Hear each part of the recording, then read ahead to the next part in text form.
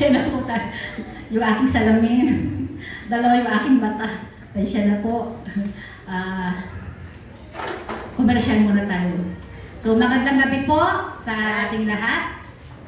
Magandang gabi po. Bishop Reb. Bishop Kamba. Reverend Kamba. Bishop na. Nalilito na ako, may bishop tayo, may reverend pa. So, magandang gabi po, Tatay Rek, na nanonood po sa FB Live.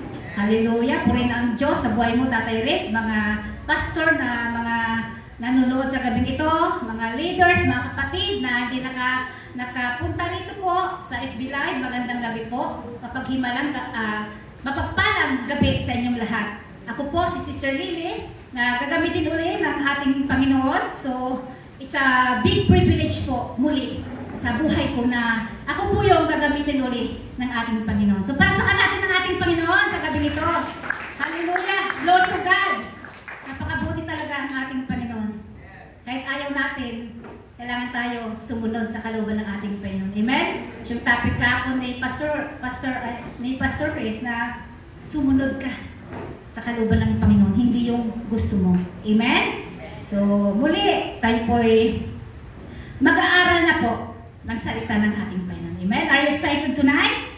Amen? So, ang ating tema sa gabing ito, Rooted and Built Up in Christ. Amen? Ito yung tema natin ng month of October. So, marami na po nakapag-topic yung rooted. Ito po, patuloy na inire-remind ng ating Panginoon na mga Kristiyano na maging rooted or maging lumalim ka sa pananampalataya mo. O, nag-uugat yung pananampalataya mo sa ating Panginoon. Amen?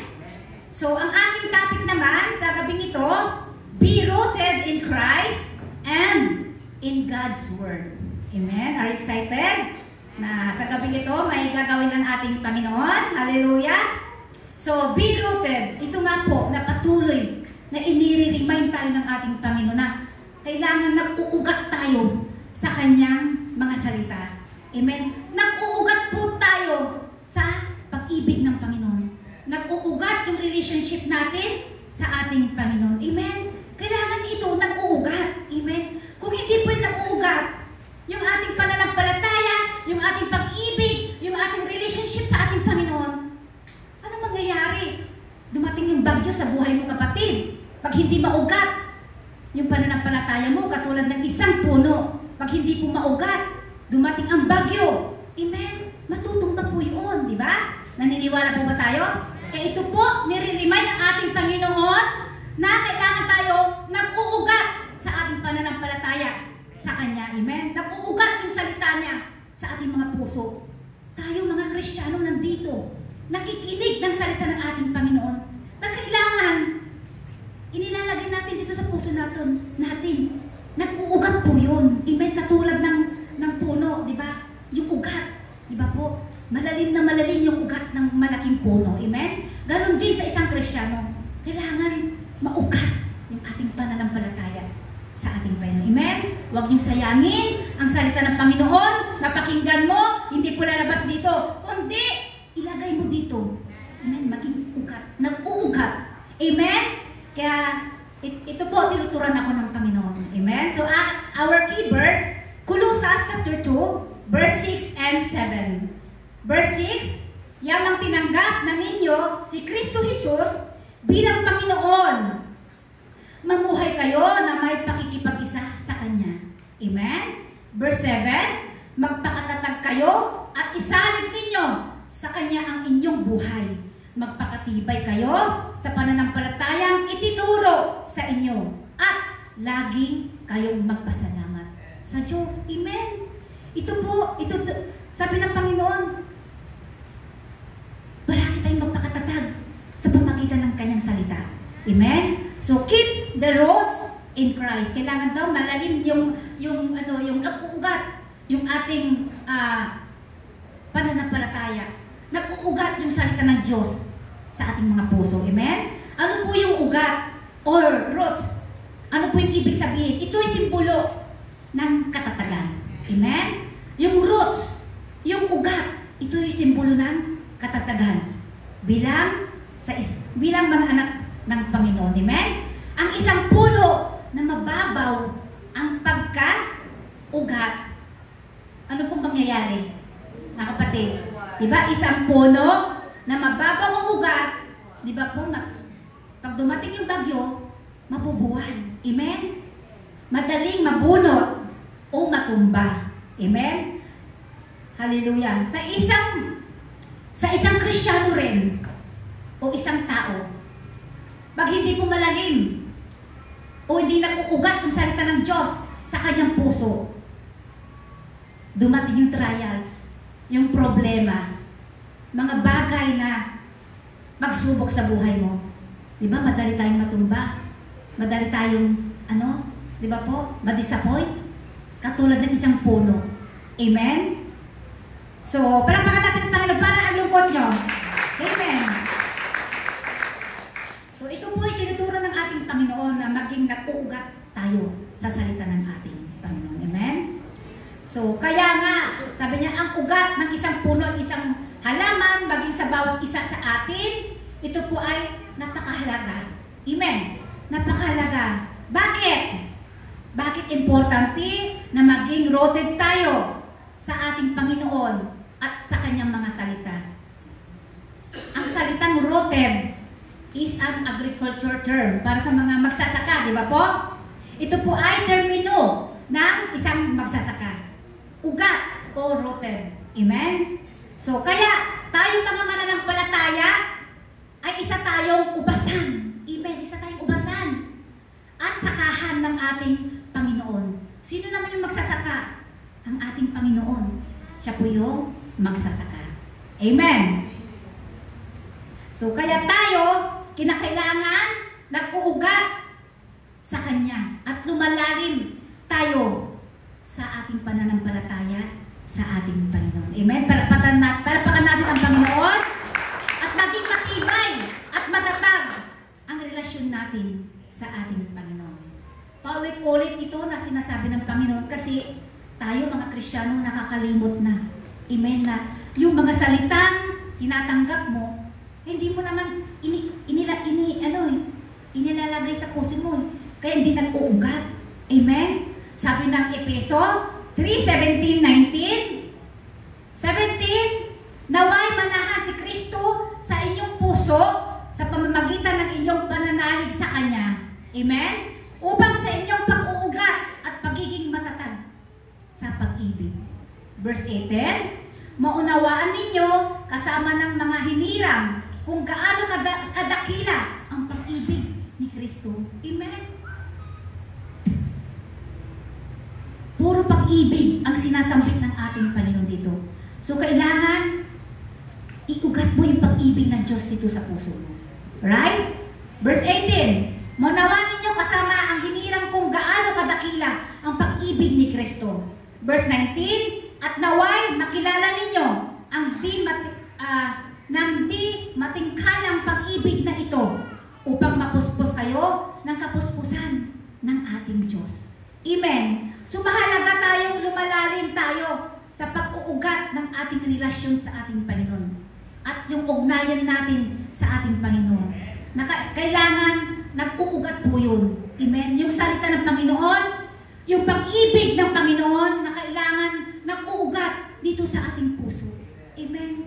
Kasi pag dumaranas tayo ng mga pagsubok, mga kapatid, pag hindi ugat yung puso mo yung pag-ibig ng Panginoon dito, di mo nilalagay, di ba madali tayong ma-disappoint, mawala. Di ba? Madali tayong mabuwal. Katulad ng puno, isang puno. Amen? So, napakahalaga.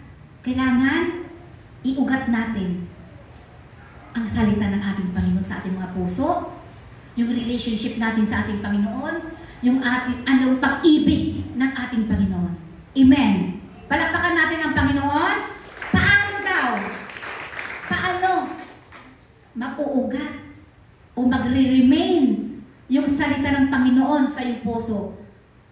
Paano maging pundasyon sa puso mo ang salita ng Panginoon? Paano? Ano dapat natin gawin? Mayroon tayong 4 na points. To remain rooted in Christ and in God's Word. Mayroon tayong apat na matututunan na maging rooted tayo sa ating Panginoon at sa Kanyang mga salita. Amen? Number 1, grow in wisdom and spiritual understanding as you study the Word of God. Amen? Ang Diyos po ay nagbibigay ng karunungan sa atin. Amen? Sa pamagitan ng Kanyang salita, dito po tayo nag-grow. Amen? Nag-grow tayo sa pamagitan ng salita niya. Amen? Naunawaan natin, nagkakaroon ng spiritual understanding pag tayo po ay nag-aaral ng Kanyang salita. Amen? Sa pamagitan ng salita niya, dito tayo nag-uugat sa ating pananampalataya. Nag-uugat yung pananampalataya mo. Nag-grow. Lumalalim yung pananampalataya mo sa ating Panginoon. Amen? Sa pamamagitan ng pagbabasa ng Kanyang salita. Amen? Sabi ng Kawikaan, chapter 2, verse 6, sapagkat si Yahweh ang nagloob ng karunungan sa bibig niya, ang kaalaman ay unaway bumubuka. Amen? Kay Yahweh, diba? Nagbibigay ng karunungan. Amen? Sa bibig niya, kaalaman at unaway bumubukal. Amen? So, ang salita ng Panginoon ay makapangyarihan. Bumubukal sa Kanyang bibig, yung Kanyang salita. Dahil ang Diyos ay marunong. Amen? Hindi natin matarok ang Kanyang karunungan. Kaya tayo, ang Kanyang salita, na ating tinatanggap, dito po tayo, nagkakaroon ng karunungan, wisdom, naguguro yung ating kaalaman. Amen? Naguguro yung ating spiritual understanding sa pamagitan ng salita ng ating Diyos. Amen? Glory to God. Joshua 1:8. Huwag mong kalilitaan, basahin ang aklat ng kautusan.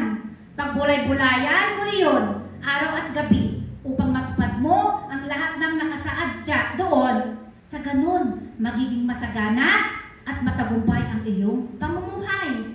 Amen po ba? Kaya magtuloy-tuloy tayo sa pag-aaral ng salita ng Diyos upang mas lumalim pa ang pagkakilala sa Kanya. Amen? Kaya napakahalaga ang mag-aral, magbulay-bulay sa salita ng Panginoon. Kasi dito po naguguro yung ating pananampalataya, dito naguguro yung ating relasyon sa ating Panginoon. Dito tayo lalong nakikilala kung sino ang Diyos sa ating buhay. Amen? So, palakpakan muna natin ang Panginoon.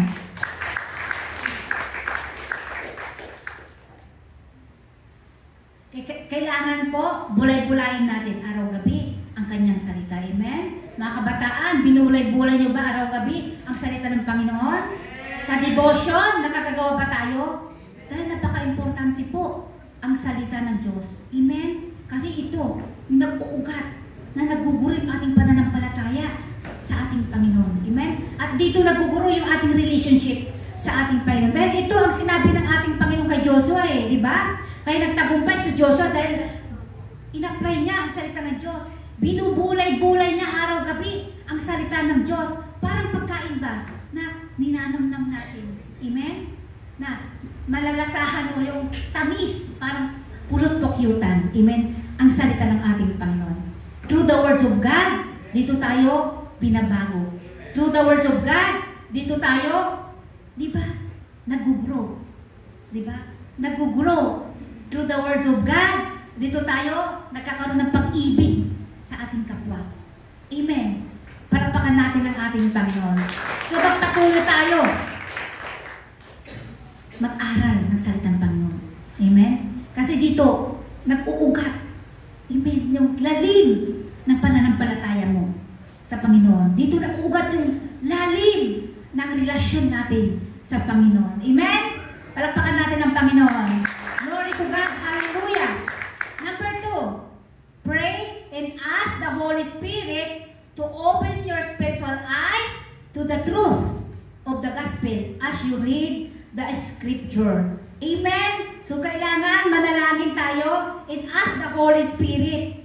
Diba? Ino-open niya yung ating spiritual eyes. Amen? Dito, binubuksan niya ang paningin natin upang makita natin yung kamangha-mangha gawa ng ating Panginoon. Amen? Binubuksan binubuksan niya yung ating spiritual eyes upang makita natin yung katotohanan. Amen. Binubuksan niya yung ating spiritual eyes upang makita natin yung wonders and miracles ng ating Panginoon. Amen. Binubuksan yung ating spiritual eyes ng ating Panginoon kasi nakikita natin yung kamangha-manghang gawa ng ating Panginoon sa ating mga buhay. Amen. Glory to God. Hallelujah. Sabi ng awit 119 verse 18, buksan mo ang paningin ko pagkat nananabik masdan kabutihang idudulot sa akin sa iyong aral. Sabi ng Psalmist. Amen? So in English, basahin ko, open my eyes so that I can see all the wonderful things in your teaching. Amen? Binubuksan ng ating Panginoon ang ating spiritual eyes upang makita natin yung magagandang bagay na mga tinuturo ng ating Panginoon sa atin. Amen? Ano po ba yung mga magagandang bagay na tinuturo sa atin ng Panginoon? Diba? Napakaraming mga promises ng Panginoon na ibinibigay sa atin. Nire-reveal niya sa atin. Hindi lang natin na-i-apply. Amen? Na mga kapatid. Kailangan makita natin yung magagandang bagay na itinuturo ng ating Panginoon. Ano po ba yung itinuturo ng Panginoon sa atin na magagandang mga bagay? Love God. Love people. Magandang bagay yun. Diba? Kung mahal mong Diyos, mahal mong kapwa mo. Win souls and make disciples. Magagandang bagay yun. Magwiwin ka ng kaluluwa upang dalhin natin sa Panginoon. Amen. Na ikaw, nangangaral ka na dati. Ikaw hindi nangangaral. Ngayon, ano po yung magandang ginawa ng Panginoon sa buhay mo? Andito ka na nangangaral na magagandang bagay na nagbumula sa Panginoon. Ipinapangaral mo ang goodness ng ating Panginoon. Amen. Hallelujah. Palakpakan natin ang ating Panginoon. Glory to God. Hallelujah. Hallelujah. At dito mabubuksan ang ating spiritual understanding sa ating spiritual eyes. Sabi ng Psalmist, upang makita natin ang wonderful things na kanyang katuruan. Amen. Hallelujah. May natututunan po ba tayo? Amen. Binubuksan ng ating Panginoon ang ating spiritual eyes. Amen? Upang makita daw natin yung magagandang bagay na tinuturo sa atin. Palakpakan natin ang Panginoon. Verse 3. Number 3. How to remain rooted in Christ and in God's Word. Abide daily in the Word and prayer. Kinakailangan manatili tayo sa salita ng ating Panginoon. Puro ang pinag-aaralan natin words of God di ba? Kasi yung salita ng Panginoon, kailangan nga po nag-uugat dito sa ating puso. Amen? Upang dumating man yung mga bagyong unos, kapatid, hindi ka panghihinaan. Amen? Kundi, nagiging matatag ka, malakas ka, bilang anak ng Panginoon. Amen? Sa pamagitan ng salita niya, dito tayo nagpapatibay, di ba po? Sa pamagitan ng salita niya, dito tayo nagpapalakas. Amen? Sa oras ng unos, kapighatian, saan tayo tumatakbo? Di ba po, nagbabasa tayo ng salita ng Panginoon upang siya yung nagpapalakas sa atin? Amen? Ini-encourage tayo ng Panginoon na magsaliksik ng salita niya. Amen? Bulay-bulayin mo araw-gabi ang kanyang salita upang ikaw ang lakad mo ay magtatagumpay. Amen? Hindi tayo mapapahamak dahil ang salita ng Panginoon is makapangyarihan. Amen? Sabi niya, kailangan manatili ka sa salita ng Panginoon, bulay-bulayin mo araw-gabi. Amen? So kailangan manatili ang salita ng Panginoon at laging mananalangin. Amen? Sino yung laging nananalangin dito? Pupunta sa school, kabataan, nakakapanalangin pa ba kayo? Amen? Napaka-importante yung nananalangin tayo sa Panginoon. Yan is connection natin sa ating Panginoon. Amen? Sabi ng John 5:15, 5-7, John 15:5-7, ako ang puno ng ubas, kayo ang mga sanga. Ang nanatili sa akin, at ako sa kanya, ang siyang namumunga. Amen? Namumunga ba tayo? namumunga ng sagana. Sapagkat wala kayong magagawa kung kayo hiwalay sa akin. Amen? Pag tayo ay hiwalay sa ating Panginoon, wala tayong magagawa, mga kapatid. Amen. Verse 6, ang hindi nanatili sa akin ay itatapon at matutuyo gaya ng sanga. Ang gayong mga sanga ay titipunin at susunugin. Amen. Verse 7, kung nananatili kayo sa akin at nananatili sa inyo ang mga salita ko, hingin ninyo ang inyong maibigan at ipagkakaloob ko yun. Kung tayo'y nananatili sa ating Panginoon. Amen? Ipagkakaloob ng Panginoon, ano man yung ating hiling, desire ng ating puso, pag nananatili yung pag-ibig ni Kristo sa iyong puso, pag nananatili yung relationship mo sa Panginoon, pag nananatili ang salita ng Panginoon sa iyong puso, at ito'y nag-uugat, hingin mo ang ibig mo, ipagkakaloob ng ating Panginoon. Ganyan ang ating Panginoon, mga kapatid. Palakpakan natin ang Panginoon. Glory to God. Hallelujah. Amen. Ito ang nais ng Panginoon. Manatili ka, kapatid. Ano man sitwasyon mayroon ka, na alam mo, hindi mo na kaya, manatili ka sa iyong pananampalataya sa Diyos. Amen. Manatili ka sa pag-ibig ni Kristo. Amen. Minsan, many Christian, tumanas ng pagsubok, nakalimutan na yung pag-ibig ni Kristo na ibinigay sa Kanya. Nakalimutan na niya yung salita ng Diyos. Nakalimutan na niya yung pangako ng Panginoon. Amen. Bumitaw na sa Kanyang pananampalataya. Mga kapatid, brother and sisters, I encourage you, remain the Word of God. Remain in Him. Mag-remain ka sa pag-ibig ng Diyos. Mag-remain ka sa pananampalataya mo kay Kristo. Dahil sabi nga, without God, you can do nothing. Amen? Palakpakan natin ang Panginoon. Glory to God. Hallelujah. Sabi niya, laging manatili ang salita ng Diyos sa iyong puso. Ilagay mo sa puso mo ang salita ng Diyos, kapatid. Dahil lahat tayo dadanas siya ng mga pagsubok. Lahat ng tao, hindi tayo maubusan ng mga problema, pagsubok, mga kapatid. Amen? But, anong sabi ng Panginoon? Manatili yung salita ko sa iyong puso. Upang hindi tayo panghinaan, mga kapatid. Nakikita ko sa mga Facebook, mga kapatid na iba, hallelujah! Kapatid, naghihina ka, huwag mo ipo sa Facebook. Amen? Feeling nanghihina. Kapatid, kay Lord ka, humingi ng lakas. Kapatid, sa salita ka niya, magpalakas. Sa pangako niya, sa promise niya. Diba, hindi kita iiwan, hindi papabayaan. Sabi ng Panginoon, andito ako. Hindi ka kasi tumatawag sa akin. Kasi hindi nag-uugat yung salita ng Diyos sa puso mo, kapatid. Kaya ka nanghihina. Amen. Kaya mo binibitiawan yung pananampalataya mo sa Panginoon. Kaya binabatawan mo minsan yung pag-ibig na binigay sa'yo ng ating Panginoon dahil kulang ka sa salita ng Panginoon. Dahil hindi mo nilalagay dito, hindi nag-uugat yung salita ng Panginoon sa iyong puso. Tinuturang tayo ng Panginoon, mga kapatid, na maging iugat mo ang salita ng Diyos sa puso mo. Amen? Na kailangan nag-uugat sa puso mo ang pag-ibig ni Kristo.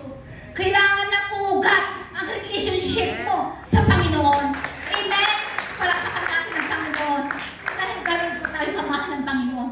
Mga kapatid, mahal tayo ng Panginoon na ilagay natin sa puso natin. Mahal niya tayo. Mahal niya tayo. Ipakita mo rin na mahal mo ang Diyos. Amen? I-apply mo ang kanyang salita. Amen? Gawin mong parang puno, yung roots, yung ugat, na malalim yung salita ng Diyos sa iyong puso. Amen? Palakpakan natin ang ating Panginoon. Glory to God. Hallelujah. Kasi sabi ng Panginoon, ipamuhay mo ang lahat ng kanyang instruction sa iyo. Amen. Ipamuhay natin. Bilang tayo mga magulang, di ba po, binibigyan po natin ng instruction ang ating mga anak. Na, pagkatapos ng school, uwi ka na ha. Na, pagkatapos ng school, diretso ka sa fellowship ha. Mayroon tayong ganun. Ganun din ang Panginoon. Di ba? Tinuturan tayo ng tamang instruction ng Panginoon upang tayo hindi mapahama. Amen? Ganun tayo kamahal ng ating Diyos, Amang nasa langit. Hallelujah! Glory to God!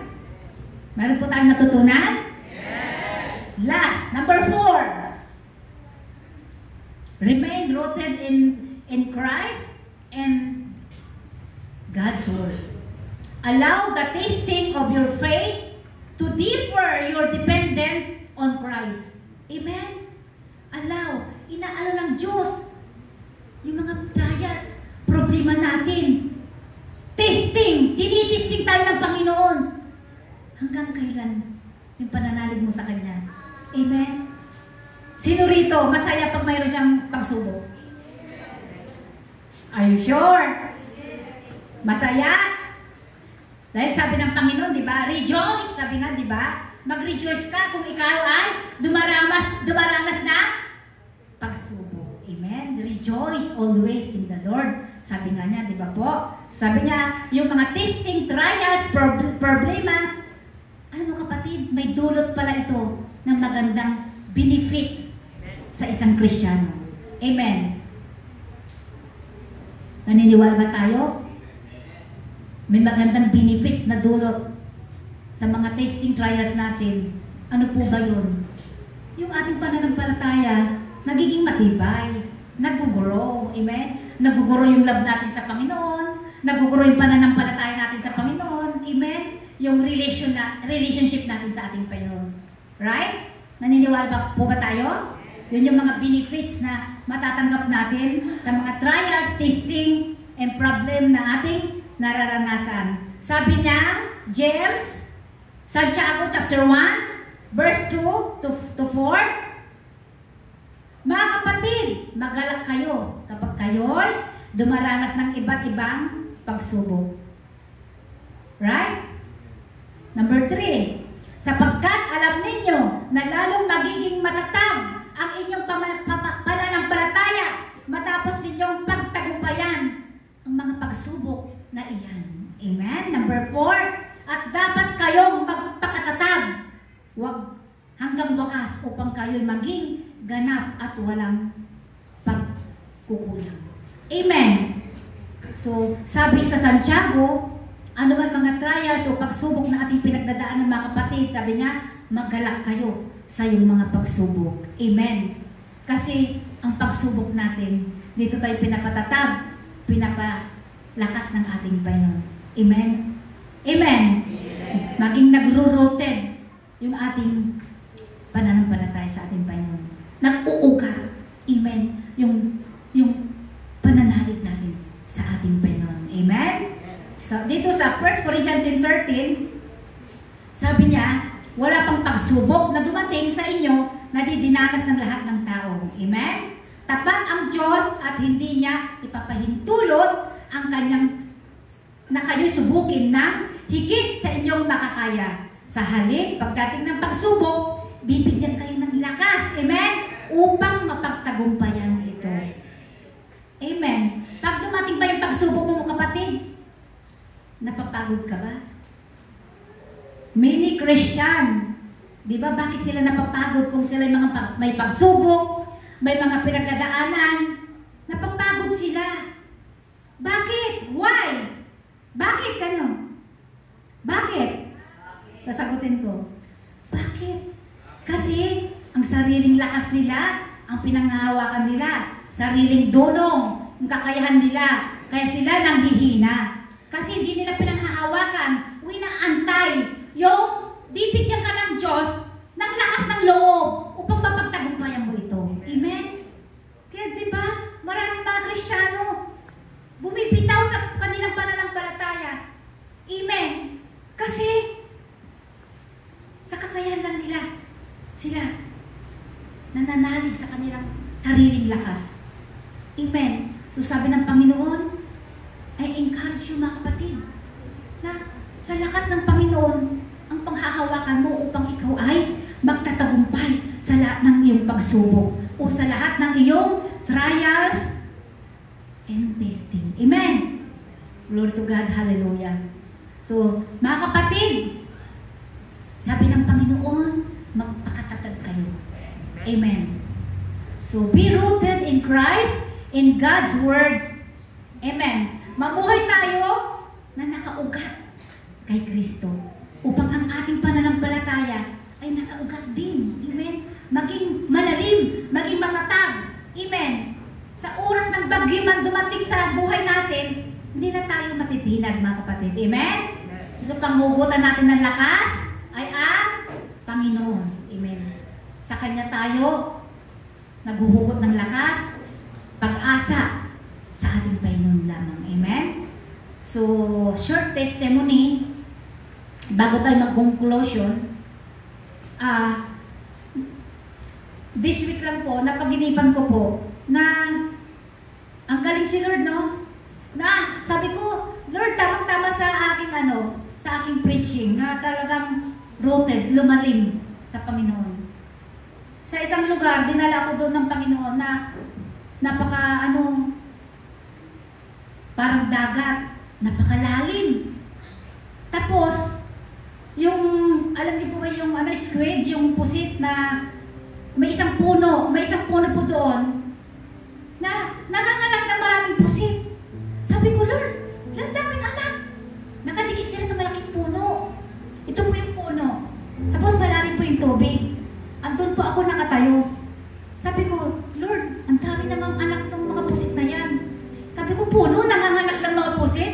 Diba, ang dami. Dito, talagang ang dami yung mga pusit na mga buhay, nanganganak ng puno.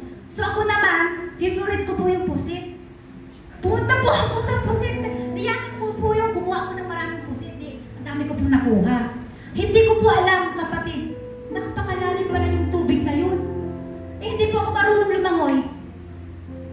Hindi ako marunong lumangoy. Talagang nagkano lang po ako. Hanggang dinala po ako sa gitna na napakalalim. Alam niyo po ba yung sa Mindoro, yung parang gitna ng dagat? Napakalalim. Doon ako dinala ng Panginoon.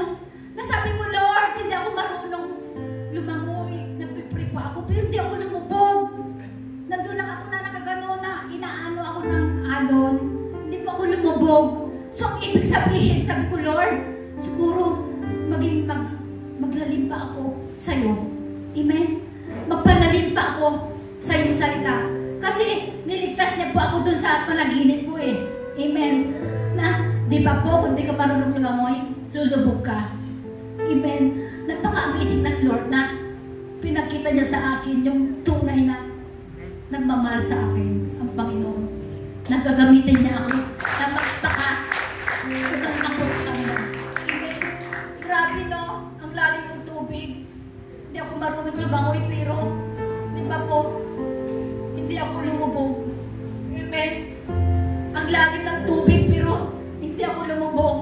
Dahil sa kaputihan ng Panginoon, ako, mga trial testing ko na pinagdadaanan ko, talagang sabi ko, Lord, mag-uugat po yung salita mo. Magiging iugat ko po sa puso ko. Yung relationship ko sa'yo, magiging mag-uugat sa puso ko. Yung pag-ibig mo, magiging mag-uugat dito sa puso ko. Sabi ko sa Panginoon, napakabuti ng Panginoon, mga kapatid, kailangan yung salita ng Panginoon mag-ugat sa puso mo. Amen? Kasi ito yung nais ng Panginoon eh. Di ba? Upang di tayo malaglag, katulad ni Apostol Pablo. Amen? Talagang yung kanyang pananampalataya is matibay.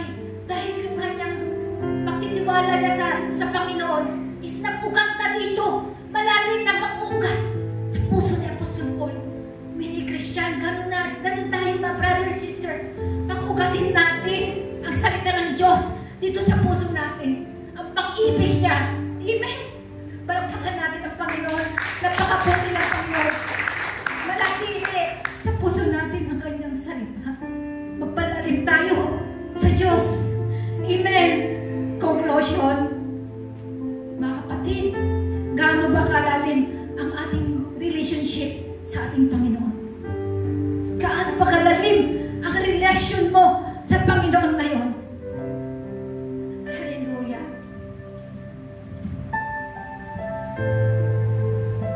God, hallelujah. Napakabuti ng ating Panginoon. Palakpakan natin ang Diyos.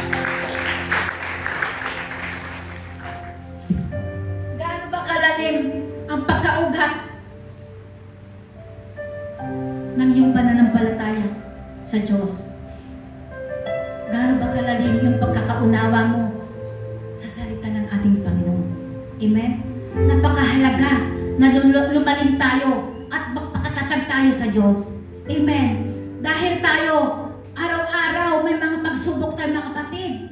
Mayroon tayong kaaway. Kailangan tayo magpalalim, magpaugat sa salita ng Panginoon. Amen? Upang di tayo madaig ng kaaway. Magpakatibay ka sa Diyos. Magpakatibay ka sa salita ng ating Panginoon. Amen? Palakpakan natin ang ating Panginoon. Ano po kayong susi ng spiritual growth natin? Si Jesus na ating Panginoon ang nagpo-provide, amen, ng essential doctrines na kailangan nating lumango. Amen. Ang susi ang ating Panginoon Jesucristo lamang. Amen. Nagpo-provide. Amen. Upang tayo po ay tumatag sa ating pananampalataya bilang tayo mga Kristiyano. Amen. Nais ng Panginoon, maging matatag tayo sa ating pananampalataya upang pag dumating ang trials, amen, kaya natin. Amen. Kaya lang nais ng Panginoon pag dumating ang trials in testing, mga pagsubok sa buhay natin, magtatagumpay tayo dahil kasama natin ang ating Panginoon. Amen. Palakpakan natin ang Panginoon. Sabi niya, be rooted in Christ and in God's Word. Amen. Be rooted in Christ and in God's Word. Maging magpalalim tayo sa salita ng ating Panginoon. Amen. Tayo tumayo, tayo manalangin. Hallelujah. Glory to God.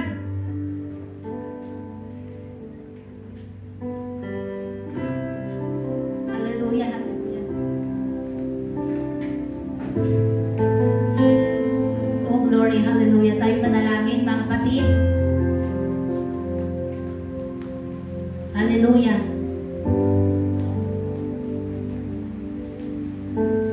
Salamat, Panginoon. Hallelujah. Hallelujah. Oh, hallelujah. Napakabuti mo, Ama, sa mga buhay namin, Panginoon. Napakabuti mo, Ama. Napakabuti mo, Panginoon Jesus. Napakabuti mo, banal na Espiritu Santo. Salamat po sa reminder na maging maugat po kami. Mag-uugat yung aming pananampalataya sa iyo. Na mag-uugat yung aming pag-ibig sa iyo. Na mag-uugat yung aming relationship sa iyo, Panginoon. Hallelujah. Mga kapatid, sa akala mo, mga kapatid, may mga pagkukulang ka na hindi nag-uugat yung salita ng Diyos sa puso mo. Yung mga pangako niya, yung pag-ibig niya sa iyo, humingi ka ng tawad. Mga kapatid, hingi mo sa Diyos na bigyan ka ng kalakasan na maging mag-rooted yung salita niya sa puso mo. Ano may mga pagkukulang mo, mga kapatid, kausapin mo ang ating Panginoon sa gabi nito. Hallelujah. Bawat isa, mga kapatid, kausapin yung ating Panginoon. Ihingi nyo yung maging rooted yung pananampalataya mo sa Diyos. Maging rooted yung relationship mo sa ating Panginoon Jesus. Maging mag-rooted yung salita niya sa buhay mo. Come on!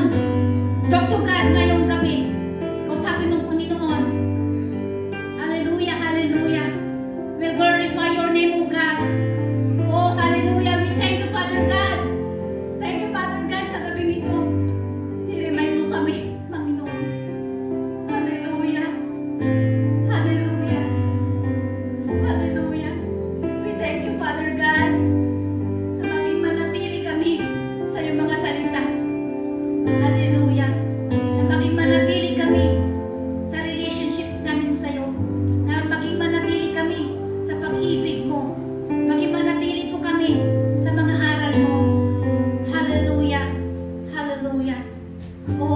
glorify your name, O God.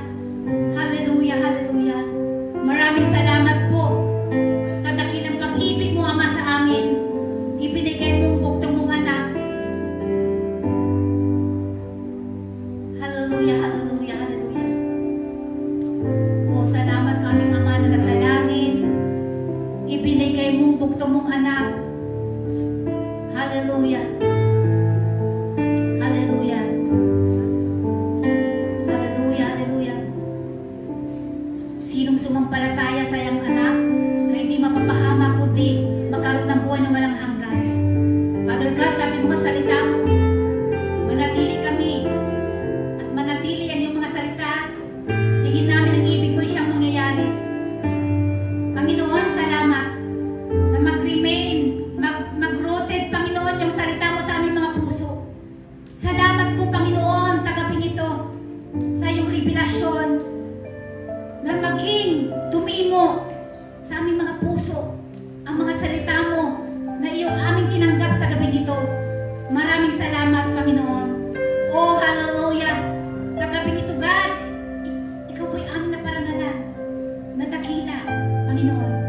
Maraming salamat po, Panginoon. Sa gabing ito, Panginoon, sa katagumpayan ng iyong gawain in the name of Jesus. Mga kapatiran na narito, Lord, ano man mga pinagdadaanan nila, trials, Panginoon, mga kapighatian, kahirapan, sakit karamdaman, I pray, Father God, for healing upon them in the name of Jesus. I declare, Father God, healing upon them in the name of Jesus. And I declare, Father God, yung mga dumaranas, Panginoon, ng kahirapan, Panginoon, tulungan mo po sila makaahon sa kahirapan in the name of Jesus. Sabi mo, Panginoon, sabi mo nga, in the time of troubles, you are always in our side. Hindi mo kami pagkukulangin ang mga anak mong nagtitiwala, nananampalataya at naniniwala sa iyo in the name of Jesus. Father God, maraming salamat po sa pagpapahal mo sa amin, sa pagpapatawad mo sa amin, sa kalinga mo sa amin. Salamat, Panginoon, ng ang iyong salita na aming tinanggap sa gabing ito, na maging magrima to sa aming mga puso, mag-uugat to, Panginoon, na katulad ng isang puno. Panginoon, maraming salamat po, Diyos. Pagpalain mo lahat ng leaders, mga pastors namin, mga kamanggagawa mo, lahat ng iba't ibang local church, Panginoon. Pagpalain mo, Panginoon, maging mag-expand pa, Lord, yung church mo, Panginoon. At pagpalain mo, God, ang kaban ng yaman, Panginoon.